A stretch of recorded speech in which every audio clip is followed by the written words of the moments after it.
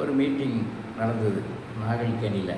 மீட்டிங்கில் நான் ஸ்பீக்கர் கிடையாது, ஆனால் ஸ்பீக்கர் ஒருத்தர். ஆனால் அதில் ஒரு 10 ஊழியக்காரங்க பின்னாடி உட்காந்துருந்தேன். அந்த வரிசையில் நான் உட்காந்துருந்தேன். அந்த ஊழியக்காரர் சொன்னார், நான் அநேகரை அபிஷேகம் பண்ணியிருக்கிறேன். இன்றைக்கி யார் யார் அபிஷேகம் பண்ணுறீங்களோ அவங்களுக்கு நடக்க போகிறதை நான் சொல்லுவேன், எதிர்காலத்தையும் உங்களுக்கு சொல்லுவேன் அப்படின்னு ஜெபம் பண்ணார். ஜெபம் பண்ணும்போது ஒரு 10 நிமிஷம் அவர் ஜெபம் பண்ணிக்கிறார், ஆராதனை பண்ணுறாரு, யாருக்கும் அபிஷேகம் இறங்கலை. உடனே அவர் திரும்பி என்னையை பார்த்தார்.